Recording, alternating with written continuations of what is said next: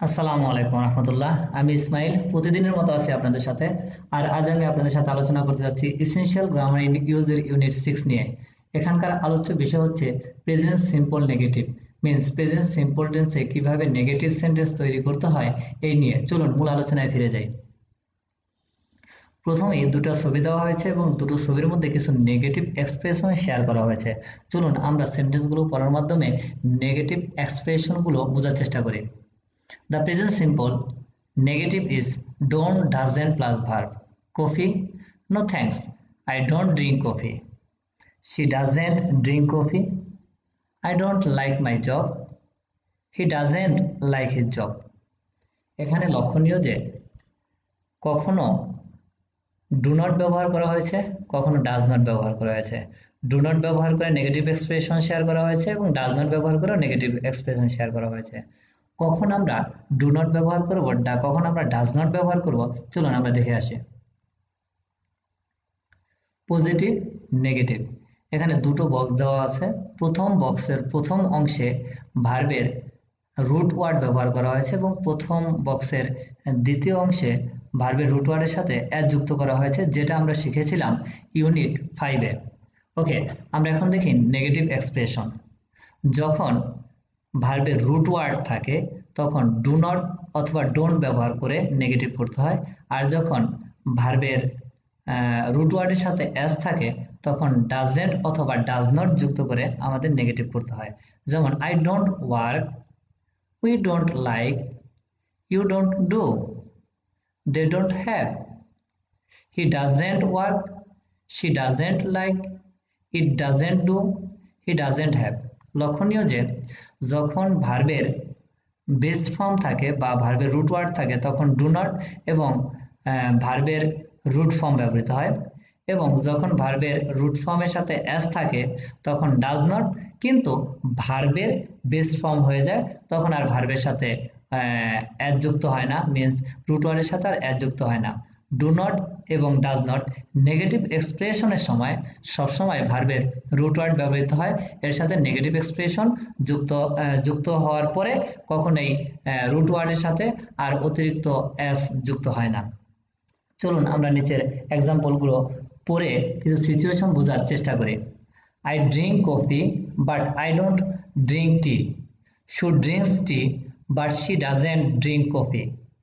এখানে লক্ষণীয় যে আই এর পরে ড্রিঙ্ক হয়েছে এবং নেগেটিভ এক্সপ্রেশনের সময় ডু নট ব্যবহৃত হয়েছে, ডোন্ট ব্যবহৃত হয়েছে, এবং শু ড্রিঙ্কস থার্ড পারসন সিঙ্গুলারের পরে রুট ওয়ার্ডের সাথে অ্যাজ যুক্ত হয়েছে, আর থার্ড পারসন সিঙ্গুলারের পরে যখন ভার্বের এস ফর্ম ছিল, রুট ওয়ার্ডের সাথে এস ছিল, তখন ডাজেন্ট করা হয়েছে এবং রুট ওয়ার্ডে আছে আর এসটি থাকছে না।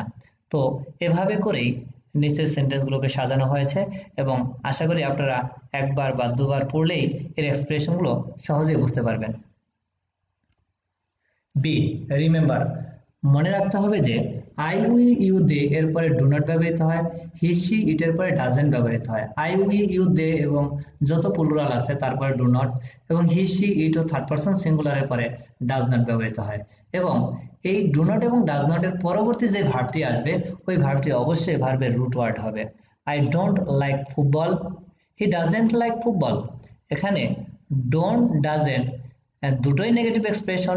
আই এর কারণে ডু হয়েছে, হি থার্ড পারসন সিঙ্গুলারের কারণে ডাজ হয়েছে, তবে ভার্বের রুট ওয়ার্ড ব্যবহৃত হয়েছে। দুই জায়গার কোথাও ভার্বের রুট ওয়ার্ডের সাথে অতিরিক্ত এস নেই। ওকে, নিচের সেন্টেন্সগুলো পরে আমরা বোঝার চেষ্টা করি। I don't like fit and fit doesn't like me. Fit আমাকে পছন্দ করে না, আমি ফিটকে পছন্দ করি না।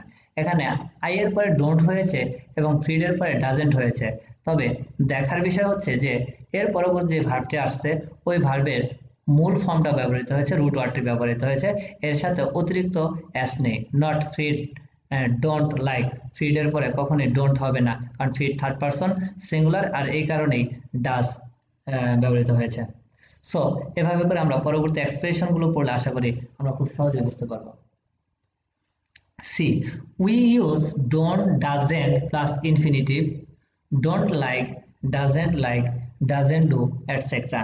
সো ইনফিনিটিভ হচ্ছে ভার্বের রুট ওয়ার্ড, মানে এই ভার্বের সাথে অতিরিক্ত কোনো derivation I mean S, ING, ED কোনো কিছু যুক্ত হবে না। ভার্বের রুট ওয়ার্ডটাই হচ্ছে infinitive. I don't like means we use don't, doesn't plus infinitive. Do not হোক আর ডাজ নট হোক এর পরবর্তী ভার্বের রুট ওয়ার্ডটি ব্যবহৃত হবে, ইনফিনিটিভ ওয়ার্ডটি ব্যবহৃত হবে। Sara speaks Spanish but she doesn't speak Italian. Sara speak কথা বলতে পারে স্প্যানিশ ভাষায়। সারা থার্ড পারসন সিঙ্গুলার, এই কারণে আমরা ভার্বের শেষে এস দিয়েছি, যেটা আমরা ইউনিট 5-এ শিখেছিলাম। যখন আমরা নেগেটিভ করছি তখন শি ডাজেন্ট ব্যবহার করেছি, তবে ভার্বের রুট ওয়ার্ড ব্যবহার করেছি যেটাকে বলা হয় ইনফিনিটিভ। আশা করি আপনারা খুব সহজে বুঝেছেন। নট ডাজেন্ট স্পিক্স মিন্স যে ডাজেন্টও ব্যবহার হবে এবং স্পিকের শেষে আবার অতিরিক্ত একটা এসও ব্যবহার হবে, এটা হবে না, এটা হলে এই সেন্টেন্সটা অশুদ্ধ হবে। আশা করি আপনারা বুঝতে পেরেছেন এবং পরবর্তী সেন্টেন্সগুলো একই প্যাটার্নে করা আপনারা করতে পারবেন এবং বুঝবেন। ওকে, আমাদের এক্সারসাইজের এক্সারসাইজ সিতে আমরা চলে যাব। ইউনিট 6 এর মূল আলোচনা আমাদের শেষ হয়ে গেল। 6.1 রাইট দ্য নেগেটিভ। এখানে সেন্টেন্সগুলো সবগুলো পজিটিভ আছে, আর আমাদের এখানে ডু নট, ডাজ নট ব্যবহার করে আমাদের এই সেন্টেন্সগুলোকে নেগেটিভ করতে হবে এবং আমাদের মাথায় রাখতে হবে ডু নট, ডাজ নট যেটা আমরা ব্যবহার করি না কেন সাবজেক্টের কারণে পরবর্তী ভার্বের রুট ওয়ার্ড ব্যবহৃত হবে, এখানে অতিরিক্ত এস বা ইএস যুক্ত হবে না। 6.2 এখানে খুবই চমৎকার একটা এক্সারসাইজ দেওয়া হয়েছে, সেটি হচ্ছে গিয়ে হলো study in the information and write sentence with like. Okay, এখানে ডু ইউ লাইক একটি কোশ্চেন করা হয়েছে তিনজনকে। তিনজন means Ben and Shaw, Katie and you মানে আপনাকে। এখন বিন এবং শো তারা দুইজনেই ক্লাসিক্যাল মিউজিক ইয়েস পছন্দ করে, লাইক করে। কেটি সে পছন্দ করে না। ইউ আপনি করেন কি না এটা আপনার ইচ্ছা, ওইভাবে আপনি লিখবেন। এখানে লেখা হয়েছে Ben and Shaw like classical music, Katie no, তার মানে Katie doesn't like classical music. আমি যদি মানে আপনি যদি পছন্দ করেন তখন আপনি লিখবেন I like classical music, or আপনি যদি না পছন্দ করেন তখন লিখবেন I don't like classical music. So বক্সিনের বেলায় বিন অ্যান্ড শোস তারা পছন্দ করে না, তখন অবশ্যই Ben and Shaw don't like boxing. Katie সে পছন্দ করে, তাহলে Katie likes classical, Katie likes boxing. And আপনি যদি পছন্দ করেন তখন লিখবেন আই লাইক, আর যদি আপনি পছন্দ করেন না আই ডোন্ট লাইক। এভাবে করে আমাদের এটাকে একটু এই এক্সারসাইজটি করতে হবে, তবে একটু মাথা খাটিয়ে কাজটি করতে হবে। 6.3 এখানে right about yourself, use I never, I often, I don't, very often. So এখানে দেখার ব্যাপার হচ্ছে watch TV, I never watch TV, আমি কখনোই টিভি দেখি না, এটা হতে পারে। আই অফেন ওয়াচ টিভি, এটা হতে পারে। আই ডোন্ট ওয়াচ টিভি, এটা হতে পারে। অথবা I watch TV very often. Very অফেনটা যখন আমরা ব্যবহার করব তখন আমরা ভেরি অফেনটা সেন্টেন্সের শেষে ব্যবহার করব, আর I never, I often, I don't এটা সবসময় সেন্টেন্সের শুরুতে আমরা ব্যবহার করব। গো টু দ্য থিয়েটার, আপনি যদি থিয়েটারে যান তখন আপনি লিখবেন যে আপনি যদি থিয়েটারে না যান তখন আপনি লিখবেন I never go to theatre, আমি কখনোই থিয়েটারে যাই না। আপনি যদি মাঝে মধ্যে যান লিখবেন I often go to theatre. আর আপনি যদি কখনোই যান নাই তখন I don't go to theatre, আমি কখনোই যাই না। আর যদি ভেরি অফেন যান তখন লিখবেন I go to theatre very often. তো ভেরি অফেনটা যখন আপনি ব্যবহার করেন তখন সেন্টেন্সের শেষ অংশে, আর এই তিনটা ব্যবহার করলে সেন্টেন্সের প্রথম অংশে আপনি ব্যবহার করবেন, ব্যবহার করে এই শূন্যস্থানগুলোকে পূরণ করবেন। Next 6.4 complete the sentences all of them are negative, use don't, doesn't plus this verb। এই ভার্বগুলো আপনাদেরকে ব্যবহার করতে হবে এই শূন্যস্থানগুলো পূরণ করতে, আর আপনাদেরকে ব্যবহার করতে হবে ডু নট বা ডাজ নট মিন্স এই সেন্টেন্সগুলোকে, যে সেন্টেন্সগুলো আছে তবে আপনার পরবর্তী সেন্টেন্সগুলো হবে নেগেটিভ, এবং নেগেটিভে যখন আপনি করবেন তখন ডু নট, ডাজ নট ব্যবহার করতে হবে এবং ভার্ব হিসেবে এই ভার্বগুলোকে চুজ করতে হবে যে কোন সেন্টেন্সের সাথে কোন ভার্বটি যায়। 6.5 put the verb into the correct form, positive or negative। এখন কারেক্ট ফর্মে বসাতে হবে, মানে প্রত্যেকটা সেন্টেন্সের শেষে আনসারটা দেওয়া আছে, এখন এটার সঠিক ফর্মটা ব্যবহার করতে হবে। কখন ডু নট, কখন ডু নট হবে, কখন ডাজ নট হবে, কখন শুধু ভার্বটা বসবে, কখন ভার্বটার সাথে অ্যাজ যুক্ত হবে।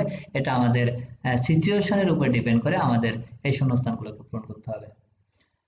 The next lesson is Unit 7. Do you present simple question? Thank you so much for watching the lesson. Assalamu alaikum wa rahmatullah.